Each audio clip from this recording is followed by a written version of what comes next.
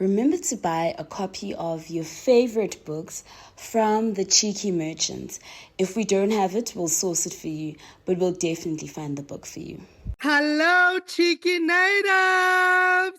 I'm always so excited that I get to be with my girl, Dr. Slay. Hey, Dr. Slay, how you doing? I'm okay, Latokonolo. I'm good, friend. I think we've seen quite a bit of each other this week, so I'm excited. I'm in a good space. How are you? Doing well. I'm really so excited. It's so exciting because we really have a conversation with the author, but we don't necessarily have a podcast. So it's really exciting for us to be able to speak to the author of this book. So do the introduction. Today, we'll be talking to Abi Daré, who is the author of The Girl with the Louding Voice, which was obviously a roaring success, which was a New York bestseller, a Read with Jenna, today's book club pick, a BBC Radio for book clubs pick, and an indie next pick. Translated into 20 languages until date. I think there will be more translations. Studied in curriculums across the world. The Girl with the Louding Voice tells the story of Adunni, a 14-year-old girl who is desperate for an education. Abi grew up in Lagos, Nigeria, and went to study law at the University of Wolverhampton. She graduated as best performing student in her MSc in International Project Management from Glasgow Caledon University and acquired an MA with distinction in creative writing from the University of London. A well sought after speaker and teacher, Abi is passionate about storytelling and recently delivered a storytelling masterclass at Harvard Business School. In 2022, Abi was appointed a board member of the BIC Corporate Foundation. She lives in Essex, the UK, with her family. And today we'll be talking to her about her sophomore novel, And So I Roar. Welcome. Thank you so much. That's such an impressive bio. I'm thinking, I love that, right? Like, people always hear their bios and they're like genuinely shocked. One of the questions that I think you've obviously heard a number of times is the decision to write a sequel as opposed to a standalone novel with a focus on a particular character, and particularly in the way that The Girl with the Louding Voice ended. I was interested about the decision to write a sequel. Why did you write a sequel and not a different book altogether? I've answered this question a few times. You're right. And first of all, thank you for having me. This is so exciting. Really excited to be here.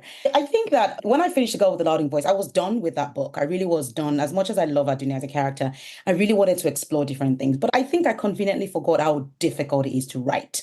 Because when you have a debut that's done quite well, you think, yeah, I'm just going to go back, put my laptop on. But I really struggled. I really struggled with trying to make sense of anything I was writing.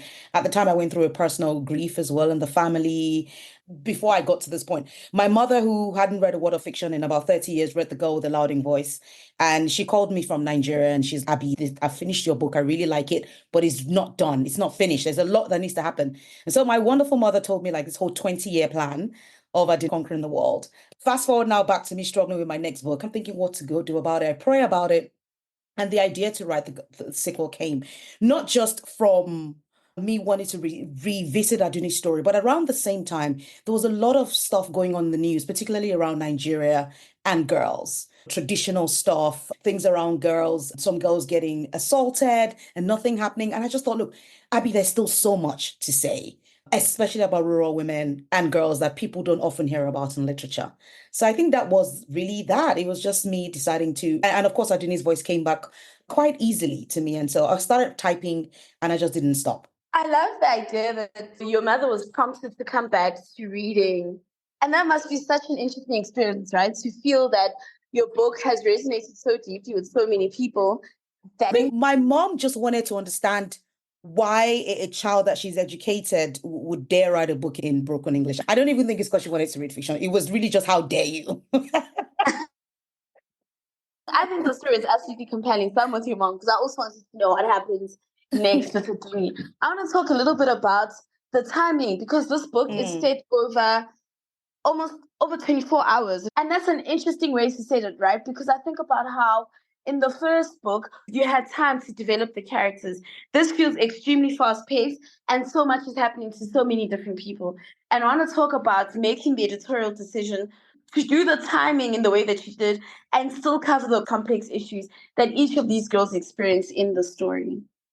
If I tell you, you won't believe it. Hey, I don't know if you guys know of 24, the TV show. I was a huge, ridiculously huge, hopelessly in love fan with the characters, the storyline. So when 24 on the scenes, I think this was around 2009, 10-ish, was when I was watching it. I remember I think I was heavily pregnant. And I was thinking, one day, I'm watching 24 and I'm thinking, I love this so much. One day I'm going to write a book, but on my own terms, right? Set in an African village. And I'm going to follow a 24 timeline. Honestly, that was it.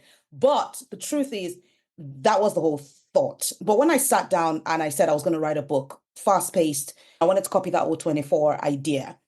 I also realized that there's a certain amount of urgency that is needed to some of the issues that I'm talking about. So issues around climate change in rural areas, issues around with the girls, issues around FGM. As at the time that I was getting towards the end, actually, the Gambia was looking to repeal the FGM ban. And I'm thinking, oh my goodness. So it just felt like it worked perfectly for me to say, look, yes, it's fast paced. I love the idea of trying to write a page turner, but in an African village. So none of all that AK-47s and US and New York sort of setting, but also the urgency to say to the people reading the book, we need to do something. We need to act fast. I love what you're saying about, for me, I was like, oh my gosh, a lot can actually happen in 24 hours. As this testament from So I Roll, I was quite interested in the distinct editorial decision about writing. So on the one hand, we've got the idea of you writing The Girl with the Louding Voice in broken English, right? Because it's in Adunni's voice. But in this, and So I Roll, it's standard English, even though Adunni is there, she's a character, and she's a character who's learned to speak. And I wanted to know about that decision to move away from her voice in some instances, but also in order to write this compelling story in other instances. Thank you. That's a great question. So I was conscious of the fact that Adunni had spent a whole year in Lagos. She's very smart. She's hungry for knowledge. She's like a sponge. To keep her voice at the same level when we meet her in The Girl with the Loud Voice, I think it would just be a disservice to who she is, especially because of her obsession with English language, but also her realization that English doesn't mean the fact that you speak very good English doesn't mean you're very intelligent. She appreciates the language as a way of communicating. And I wanted to maintain that, to see where she ended with the influences she had in The Girl with the Loud Voice, with Kofi, with the Book of Nigerian Facts, with even Big Madam and Tia. So we have that. But then in the book, in Ansawaro, we also meet other people. So I wanted to differentiate from the girls in the village who've never had the kind of exposure to education that Adunni has had. So I wanted to amplify those voices. But then we have Tia, who is very educated as well. So she also has her own point of view. And it was a very interesting way of thinking, to be honest, trying to get into each character's head. And even at some point, I know we're probably going to get to that, the choice or the device of the opera style show as well, and having each of the characters still speak differently. And one of the characters is like the typical Gen Z of 2020, 2015, Zainab, having her on the scene. It was just, I enjoyed doing that, to be honest. It gave me the creative freedom to just do whatever the heck I wanted to do to make this story happen. The plan was to go back and then if it didn't work, to tweak it, but I liked it. My editors loved it. And I thought, oh, we'll do it. We're taking a short break. We're taking a short break. I'm so curious about what it means to write about a place and a country you no longer live in. And I'm curious about what it's like to write about a place that you no longer live in, but also to use research, but also to write from a place of memory, because there's place for both of those things in writing the story. And I'm curious about how you play both of those roles. You no longer live in Nigeria, but this is in a village. And I could see the village. I could see the things that were happening. And there's just something so profound about that. Thank you. I think that I was saying to somebody the other time in another interview that when you go into somebody's house for the first time, it happens to me. You notice all the smells. You smell everything that they don't smell. They're not aware. And so you go in and you think, did you have fish for dinner last night? They're thinking, how on earth did you know? That's because you, as an outsider, you tend to soak in a lot more than somebody who's used to things. And I think for me, that is the beauty of being the distance that I have with Nigeria, is when I go to Nigeria, to Lagos, or I go on road trips, I notice the tiniest things. Like I tell my mother's driver, I'm like, slow down. And he looks at me like, what's wrong with you, man? But I'm like, I really want to see. I want to see the chickens on the road. I want to see the goats. I want to absorb everything. I love doing that. That's one of the favorite things I love about going to Nigeria, not staying in the city of Lagos, but actually going out to rural areas and seeing what the life is like there. So there's that, but you're right, also a place of memory. And I think the memory maybe comes to play a little bit from Tia's point of view, because when Tia goes to the village, I wanted to capture what I feel like when I'm going to the villages for the first time.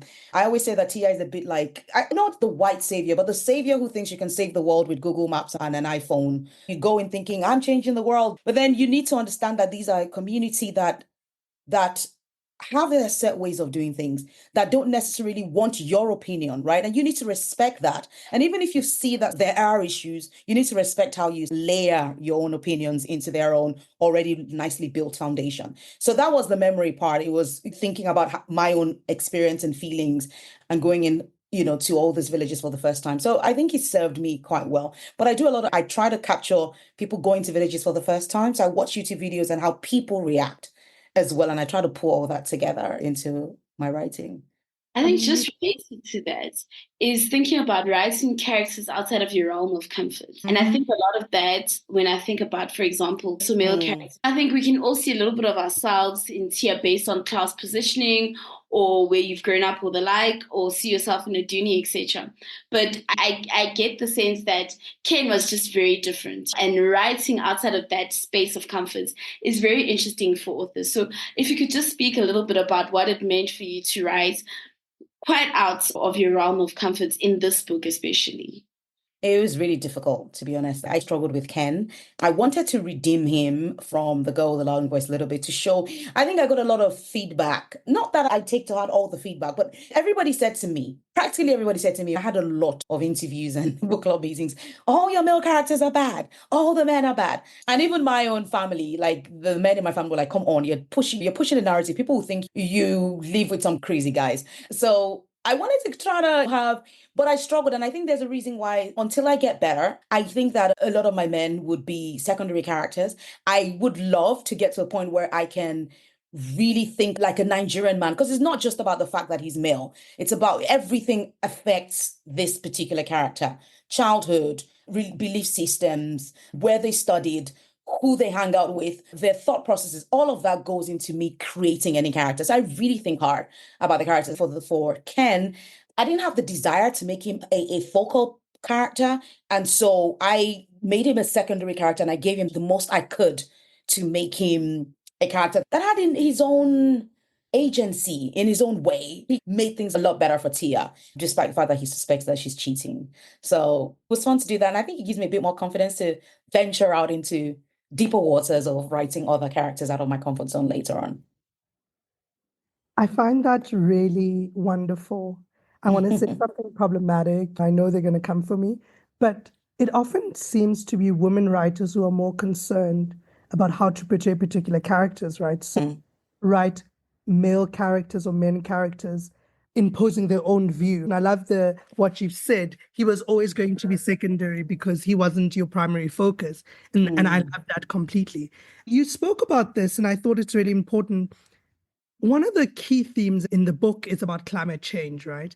But we know when we speak about climate change, it feels like a very far away thing that affects white people, the West, and it doesn't affect us as Africans, particularly Africans who live in rural areas. The role of climate change and how it impacts gender-based violence and the lives of women who live in rural areas, because we often think that those things don't intersect. And I wanted to speak a little bit about that, why it was important for you to speak about deforestation. I don't know if in Lagos it's like this, but when you think about South African townships, often there aren't a lot of trees that are being planted, as if like Black people are not deserving of oxygen. It was just interesting to think about reading about this book set in rural Nigeria, thinking about like climate change impacts us at a granular level. And I wanted to know why it was important for you to tackle that.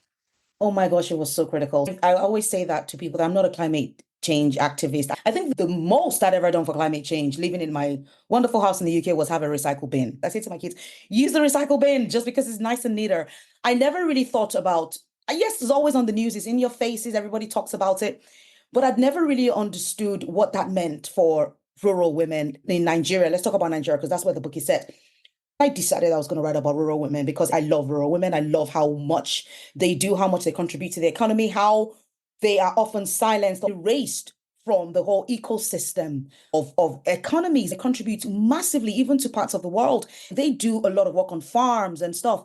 So I decided to have a conversation with this wonderful man who has an eco sort of a green thing going on in the part of Nigeria where I imagine Ikati to be set in. This is Adunni's village. And so he said to me, he said, Abi, I said, look, I'm thinking of talking about climate change, but you tell me whether this is an issue. And he's like, oh my goodness, it is such an issue.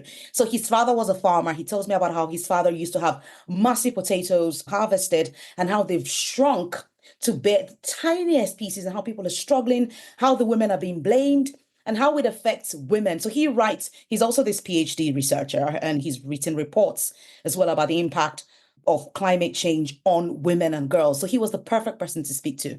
And then I began to do my research and I came across so much about Africa that you wouldn't see on the news because other things dominate. So things like South Sudan and the famine and the fact that the Sahara Desert has flooded over and the fact that there's so much hunger and the fact that Lake Chad has very nearly disappeared.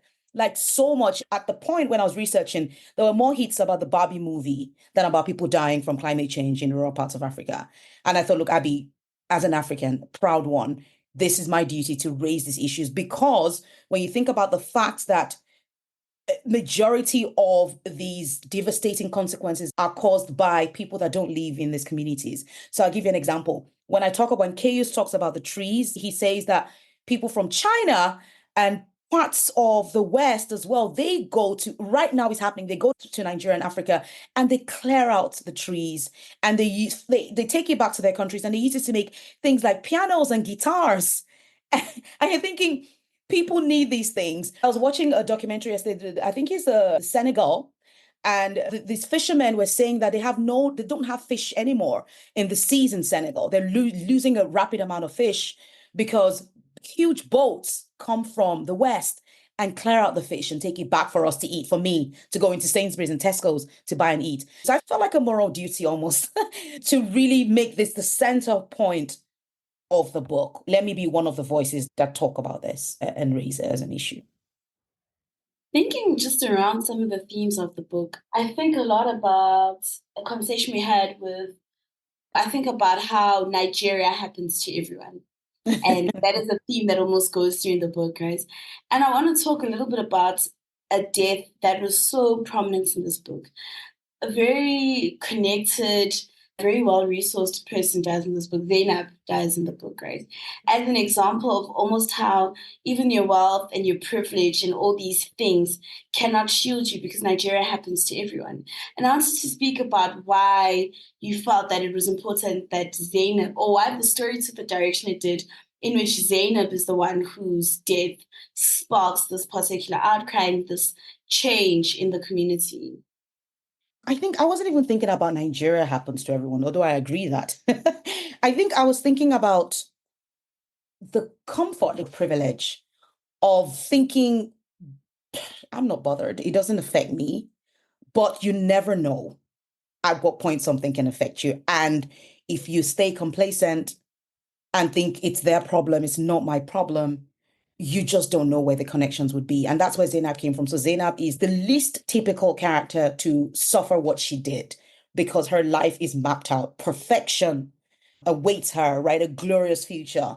But just by a little visit that she takes, her entire life turns upside down. And we need to work together collectively and raise a voice against the issues that we feel that need to be tackled. I think it was really just a case of this segregation between us versus them. It can't affect me and I'm better than you because I can afford to, I don't know, to shield myself from these issues. So it was really from that point of view that I was looking at Zainab's, that the least typical character is potentially the one that gets the most harm, and really trying to change mindsets around the fact that I'm certainly one of those. I remember even till now, you look at things on TV and you hear of wars and you think that's them, that they're fighting the war over there, can never affect me. I'm not saying go out and fight, but I'm just saying be aware and let's have a bit more empathy for other people.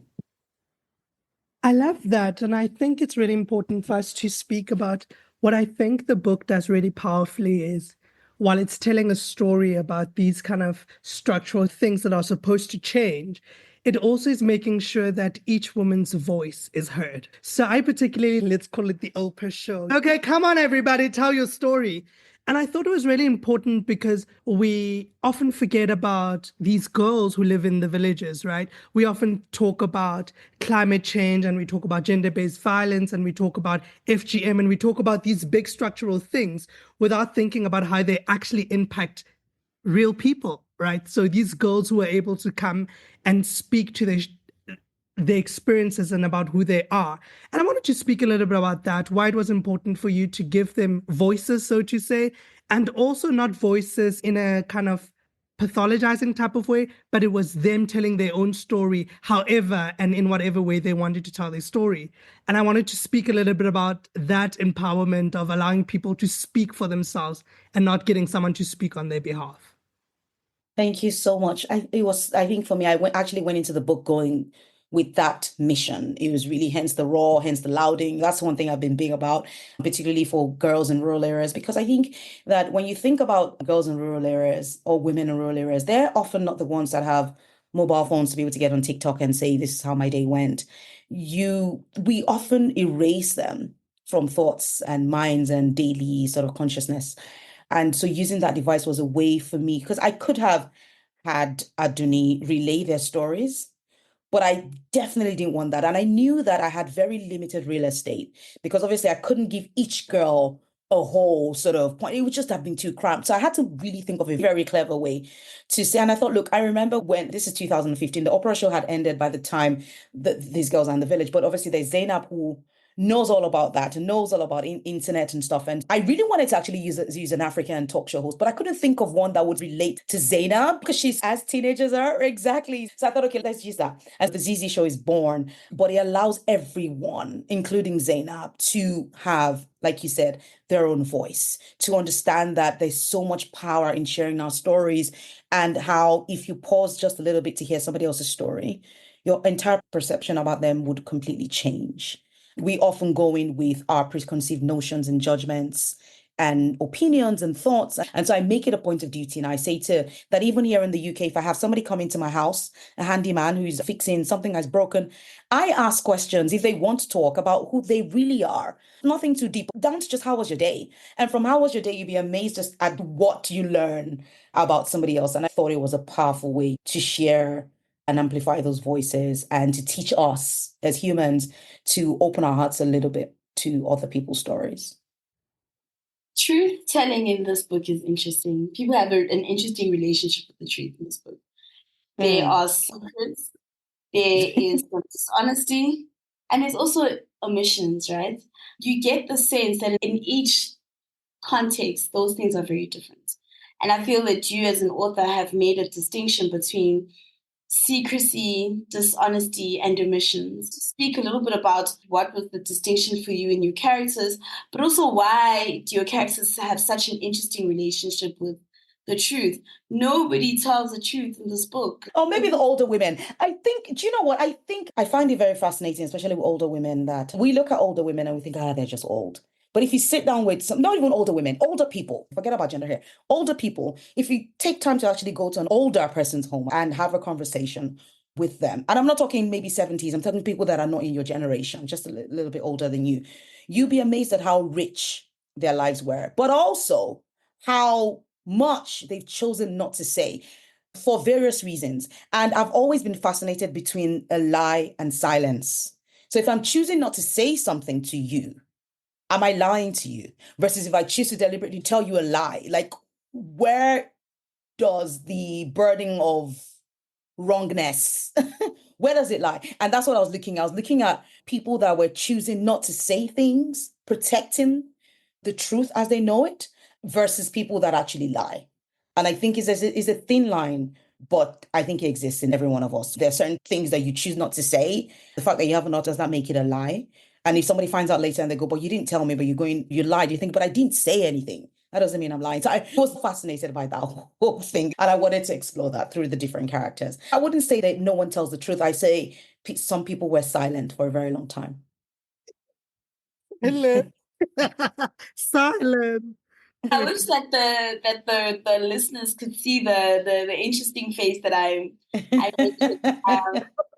I don't know if Adunni's dad would feel that no one said anything. It was just silence. The implication of our silence is another thing to come talk about. I'm talking about just the choice. On the other end of that is, what is a silence impact? And just how broken does it make another? Do we think about that at the point of choosing not to say anything? Yes. What is the weight of omitting to say? Even if you're not saying a lie, what is the weight of the omission of the truth?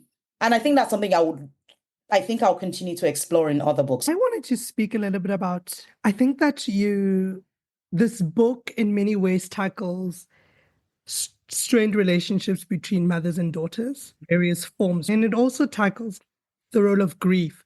How do we grieve people who have died? How do we grieve people who are missing? And how do we grieve people who are alive? And I wanted to speak a little bit about that. For me, Tia, it's sad because I have this mental image of her mother choosing books over her, right? And it stayed with me because I'm like, girl, like this lady, I guess she loved you, but did she really? And then there is the kind of relationship that she has making decisions for Tia when Tia was younger.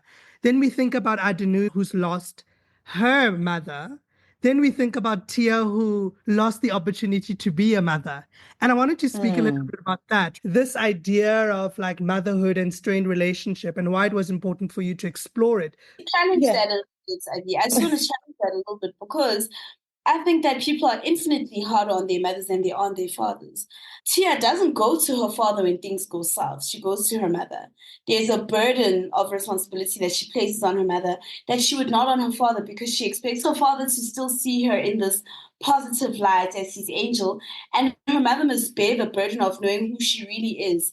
The ugly, the not so great, the child, the father gets to live in this blissful space of my angel, and the mother has to be a secret keeper. And we don't talk about the ways in which we expect women to hold space for imperfections that we don't of our fathers. Yes, did her mother go about things in ways that were not great? 100%. I don't think that her mother was the best, but was her mother equipped to do it, right? What does it mean to know that the burden of the wrong things that your children do or the mistakes that your children make lies on you? Her father gets to travel and explore his career and find himself actualized, right? And her mother is expected to just have these children who her life revolves around. And I think in making judgments on her behavior, we also then have to make judgments on the context in which she operates. And I think too often there's a grace that's applied to African fathers that we just do not give to African mothers. Like, why does your mother behave the way that she does? Where is your father when your mother is behaving in ways that you find problematic and traumatizing and the like? Absolutely. I wonder if there's a question there because you both said amazing things. Is there anything you want me to talk on? So for me, why it was important for you to explore the kind of strained relationship. Right. And Alma, I agree. I don't take away from the fact that Tia's mom is a woman whose potential was cut off. Patriarchy does that. For me, honestly, I need to hold her accountable for the crap that she did to my girl Tia. I need to hold her accountable. And so the fact that she died, I said, bye-bye, girl. Thank you. I think it's interesting because you're both absolutely. Let's talk about grief first, then we'll go into the relationships. I wrote about this for The Observer, so it's public knowledge. But I lost my father in December 2023, and we had an estranged relationship. So we hadn't seen each other for 30 years. By the time he died, my brother calls me and says, we need to go see dad because we haven't seen him in 30 years. Let's go try and reconcile. So I remember going to meet him, and I had all these, when you're a 12-year-old and there's so much you want to ask your dad, and I had all these 12-year-old questions. But when I see in front of him, we end up talking about the Nigerian government. And I remember leaving that conversation with my father and feeling very empty. I felt like there was so much that we could have said that we didn't say. And so I wanted to bring that into the book. I wanted to explore estranged relationships, not from a father, this point of view, this time, because I felt like I'd done a lot with fathers, with Adunni. I wanted to be from a mother's point of view. So that's the grief angle. I wanted to explore that. So it was a bit of my own grief as well. I was writing through that grief. But then the relationship between the mothers, a lot of women, especially if I look at me, my mother's age group and mates, they look back. Some of them look back now with a lot of regrets around the sacrifices they made for their children. And because I'd heard a lot and seen a lot about that, I wanted to really try and carry that into the story. But I also wanted to show how those choices may not necessarily have been the woman's choice to make on her own, and how what Alma was saying, and how many times the woman is looked upon with questions saying, why did a child turn out this way? It's often the mother that carries that burden. So it was me trying to explore all of that into that relationship between Tia and her mother. And absolutely, the father does travel around, and he's even shocked towards the end that all of these things. So he thinks he's been a perfect father.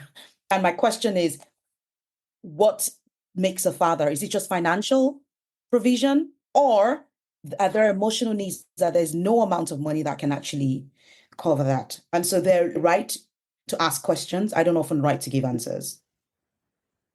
Speaking of questions, we watch Adunni change a lot.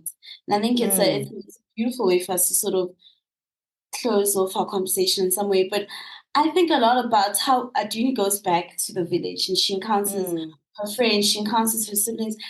Even her father finds her to be a different person. And I think so much about how, in a world that really promotes aspiration and being aspirational, we don't talk often about what it means to become different from the people that you grew up around and with, because you've had different exposures. And what does that mean for how you get to build yourself in the world, right? I think there are people who've never had to assimilate into anything. So they don't have to think of new ways of being, right? But there are people who have to make themselves anew constantly in different situations. And so I think about Adunni because her situation is particularly striking. And I wanted to talk about writing the story of somebody who becomes extremely different to the people that she grows up in, but still has to relate to them. She still has to relate to her father.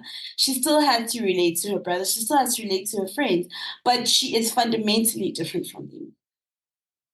Yes, I think my Angelou said something about people may not remember, I'm just paraphrasing, but they would always remember how you made them feel. That are part of what she said. I remember that.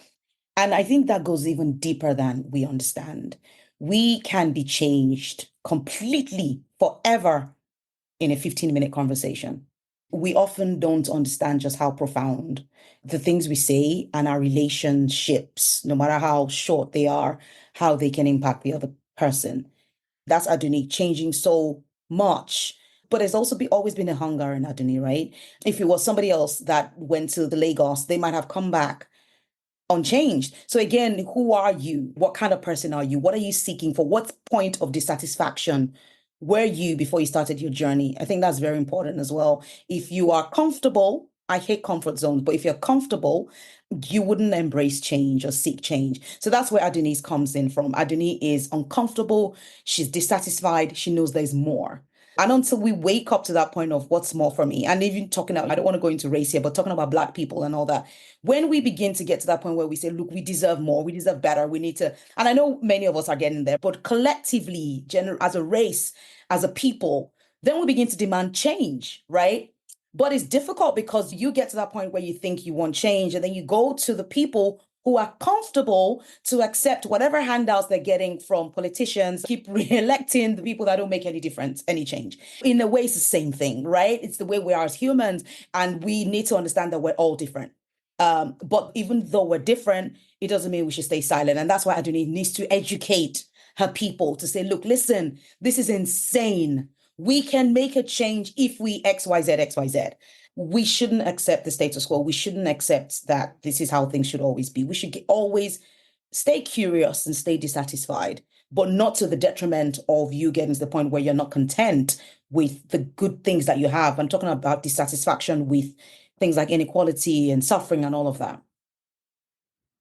I think It's really important to also say, and so Roy is also a love story, right? So for me, I wanted to speak a little bit about that. I think our generation has been obsessed with like healthy relationships and toxic relationships. And I wanted to speak about the role of honesty and vulnerability in relationships. When you think about Ken and you think about Tia, you think about a man, like they would have had such a beautiful relationship if they just came and were honest to each other from the very beginning. And I wanted to know, what were you trying to say about this fracture in the relationship, about the role of honesty and vulnerability in healthy relationships? Because for me, I just felt like they constantly hit a brick wall because they weren't honest with each other. And also not honest with each other about things like that they could have been honest about. So I wanted to speak a little bit. The things that they're not honest about are things that are very difficult for them to acknowledge. Ken is a man who's infertile, right? In a society that prides itself on progeny and having children and what that looks like. Tia has had a child when she's a teenager, and you know that in a conservative society, what does it look like to have been a woman who's a young mother and who effectively gave her child away? So I don't know that those are things that you can be honest about without fear of judgment, right? Because you also feel that your partner loves the best version of you. Maybe Abby can speak about that. I don't know that it would have been that easy would you have found it that easy to speak honestly about? I think that we should get comfortable with having hard conversations because it saves a lot of heartache and pain. And just the first time they both met or even decided to talk about it in the book, that they were talking over social media.